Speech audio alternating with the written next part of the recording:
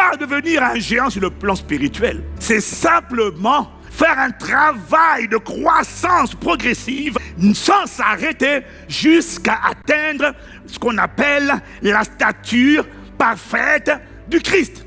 Et Jésus croissait en sagesse, en stature et en grâce devant Dieu et devant les hommes. Sur le plan physique, la stature cesse de croître à partir d'un certain âge. Mais sur le plan spirituel, il n'y a aucune limite à la croissance de ton homme intérieur. Ça veut dire que tu peux avoir 70 ans et être un chétif spirituel, et être un adolescent et être un malabar spirituel. David avait 17 ans physique quand il a terrassé Goliath. Je peux t'assurer que ce gars qui a terrassé Goliath, sa stature spirituelle n'était pas sa stature physique. Physiquement, il était blond, il était rouge, je ne sais pas comment il était, mais spirituellement, pour affronter Goliath, il fallait être un castard.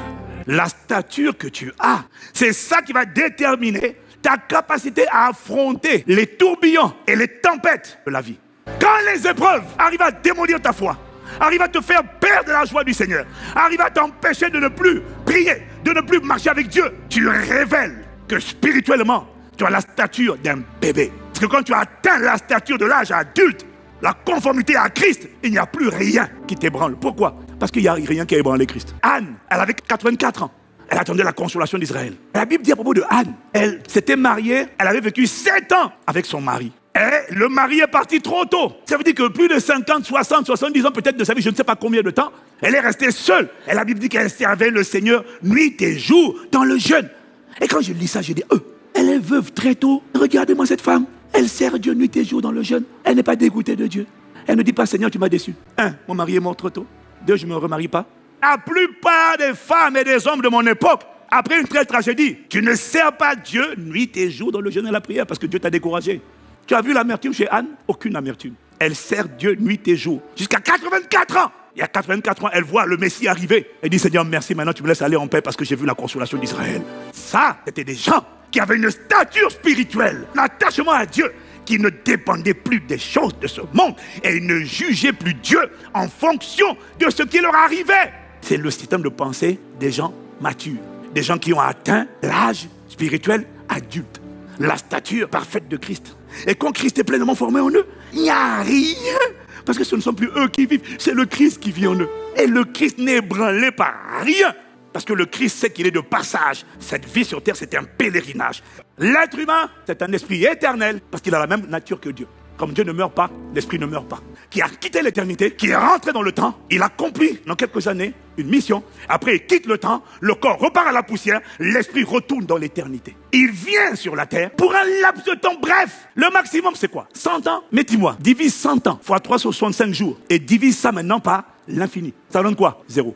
Même 1 milliard par l'infini. L'infini, il n'y a pas de limite. Ça fait 0. C'est un bref moment. C'est pour ça que la Bible dit un bref instant. Même 1000 ans sont comme un jour. Le temps pour Dieu, c'est quelque chose de bref, de fou. Ça passe vite.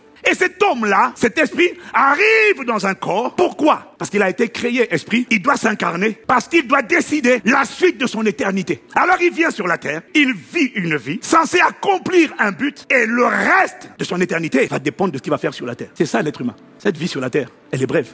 Mais regarde la subtilité du diable. Il a réussi à emmener tous les êtres humains et même les croyants à tout jouer. Leur satisfaction, leur vie, leur joie. Tout dépend de ce qui m'arrive là. C'est maintenant. Mais il te dit, mais c'est rien. 100 ans, c'est rien. Voilà pourquoi Paul dit, je ne fais aucun cas de ma vie comme si elle m'était précieuse. Je m'en fous. Je vais vous dire pourquoi. Parce que ça, c'est une vie brève. Il n'y a rien dedans. Les Shadrach, Meshach, Abednego ont compris. Mais ils ont dit, oh roi, on ne va pas adorer ta statue. Même si tu nous jettes dans la fosse, on ne va pas adorer. Pourquoi? Ils avaient la conscience de l'éternité.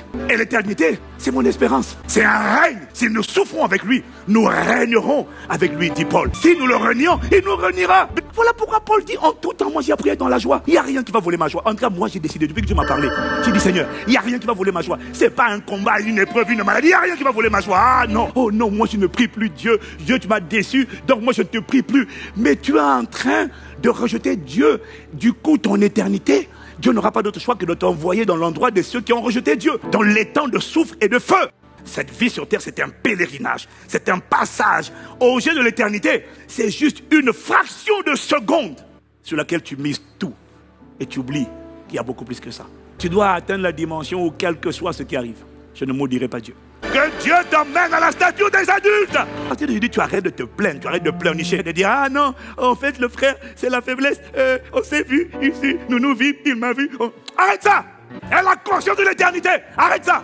Soupir après Christ. Désire Christ. Christ ne prend pas de place en toi parce que tu pries. Il prend de la place en toi parce que tu le désires. Plus tu le désires, et plus on te gonfle à l'intérieur. Plus le Christ va enfler, croître. Plus les coins où les démons s'étaient logés, il va les occuper aussi. Il va les occuper. Et puis à un moment donné, les démons vont dire, il n'y a plus de place, il n'y a plus de place. À un moment donné, il n'y a plus de place, il doit sortir. C'est ce qui m'est arrivé avec l'esprit d'impudicité. C'est ce qui va t'arriver. Satan ne craint aucun philosophe, aucun chef mystique, aucun chef religieux. Satan ne craint personne avec sa soutane. Le diable ne craint personne, à l'exception de l'être humain en qui le Christ est pleinement formé. Parce que c'est le Christ qui l'a vaincu à la croix. C'est le Christ qui a versé son sang pour acheter l'être humain. Le diable ne craint pas que le Christ soit en toi. Le diable craint que le Christ soit formé en toi. Parce qu'il y a une différence. Jésus est né d'esprit. Les démons n'étaient pas gênés. C'est à 30 ans. Christ l'a rempli, l'a conduit et l'a habillé, a revêtu. Les démons disent, oh, nous savons qui tu es. Ils n'ont pas dit ça avant. Pourquoi? Il était né d'esprit. Mais le Christ n'était pas pleinement formé. Christ était en lui. Mais Christ ne vivait pas par lui. Il a fallu que Jésus grandisse, croisse en stature, en sagesse et en grâce, jusqu'au jour où le Saint-Esprit est venu le saturer de tous les côtés. On l'appelle Jésus le Christ. Ça veut dire Jésus le Messie. Jésus loin. On l'appelle loin. Pourquoi? Parce que c'est lui qui transporte l'onction. C'est quoi l'onction? C'est la personne du Saint-Esprit. L'Esprit de Dieu dans un corps humain. C'est ça qu'on appelle le Christ. On ne peut pas séparer Jésus du Christ. Pourquoi? Le Christ, c'est le Saint-Esprit. Mais tu ne peux pas le séparer de Jésus. Pourquoi? Parce que Jésus est celui qui l'a hébergé en premier sur la terre. Si Jésus n'allait pas à la croix mourir pour l'humanité, afin que par son sang parfait, sans tache, il lave les êtres humains pour que le Christ puisse habiter à l'intérieur. Sans Jésus, il n'y a pas de Christ. Ça veut dire, si tu as quelqu'un qui rassemble des foules et qui prêche, qui parle, mais qui n'annonce pas Jésus, et qui fait des miracles, mais Jésus n'est pas élevé, Jésus n'est pas encensé, Jésus n'est pas couronné, le Christ ne viendra pas à cette réunion. S'il y a des miracles à cette réunion, ce n'est pas le Saint-Esprit qui l'a fait, parce que lui, il ne vient que pour rendre témoignage de Jésus, il ne vient que pour glorifier Jésus, il ne vient que pour célébrer Jésus. Le Christ, c'est l'Esprit de Jésus. C'est Jésus qui est mort et qui est ressuscité et qui s'est démultiplié dans plusieurs corps en même temps, à travers son esprit. C'est le Saint-Esprit, c'est lui qu'on appelle le Christ. Et quand il est pleinement formé en toi, la création le reconnaît. Là-haut, on a dit, il n'y a pas d'argent, il n'y a rien. Tout ce dont tu as besoin, c'est que le Christ te donne une instruction. Jette le filet ici. Ah non, il y en a, on a tout essayé. Il n'y en a pas. Les poissons connaissent le Christ, parce que c'est le Créateur. Ta seule priorité, c'est pas l'argent. Ne t'inquiète de rien. Ta seule priorité, c'est assure-toi que le Christ soit pleinement formé en toi. Parce que quand le Christ est pleinement formé en toi, regarde comment Jésus a marché. Tu l'as vu avoir une galère? Quand le Christ est pleinement formé en toi, la sagesse habite. La direction divine, tu sais ce qu'il faut faire. Parce qu'il te parle, il t'instruit, il te montre la voie que tu dois suivre, il te conseille, il veille sur toi, il t'escorte. Il faut que tu atteignes la stature de la maturité, que tu essaies de mourir. Parce que l'opposant de Christ, ce n'est pas le diable. Dans ta vie, ce n'est pas la chair, c'est ton âme. Le Christ ne vit pas en toi parce que tu pries. Non, le Christ vit en toi parce que toi, tu acceptes de renoncer. C'est là ce que tu dis, mais toutefois, sur ta parole, je rendrai grâce. Je ne comprends pas pourquoi, mais je rendrai grâce. Quand tu as fait ça, ton moi vient de mourir et le Christ vient de grandir. Lorsque tu confrontes la parole de Dieu et que tu acceptes, comme Abraham, laisser partir Agar et son fils Ismaël, ce n'est pas un démon, c'est une décision. C'est un renoncement. J'aime Agar, j'aime Ismaël. C'est l'enfant de la chair. Ce n'est pas l'enfant de la promesse, c'est l'enfant de la chair. Lorsque tu prends Agar et tu aimes bien, tu prends Ismaël qui est né, tu décides de te séparer de ce qui combat l'œuvre de l'esprit dans ta vie. Ça fait mal. Cette relation me pousse vers l'impudicité. Cette relation me pousse à critiquer. Cette personne me pousse à calomnier les gens. Quand je suis avec elle, je calomnie, mais je l'aime bien. Mon âme est attachée à elle. C'est un Agar. C'est un Ismaël. La mort, Dieu ne te l'impose pas. C'est toi qui dois le faire, qui dois renoncer. Dieu ne te l'arrache pas. Il te dit renonce. Il n'a pas dit Abraham, je tue Isaac. Il a dit Abraham, apporte Isaac. Tu apportes Isaac. Ça te fait mal. Mais c'est la bénédiction que tu m'as donnée la dernière fois. Ouais, mais tu es tellement attaché maintenant à la bénédiction que la bénédiction a pris ma place dans ton cœur. Donne-moi cette bénédiction. Laisse-la partir. Ah, Seigneur, c'est Isaac. Parce que chaque fois que tu dis de quelque chose. Sans ça, moi, je ne peux plus vivre. Tu es en train de dire, ma vie, ce n'est plus Christ, c'est ça. Et quand tu prends ce ça, tu l'emmènes à l'autel. Ton moi meurt. Et Christ augmente. Et les sacrifices, quand ils sont énormes, ils font pleurer. C'est ce qu'on appelle un sacrifice d'une bonne odeur. Parce que c'est ça qui empêchait le Christ de prendre plus de place.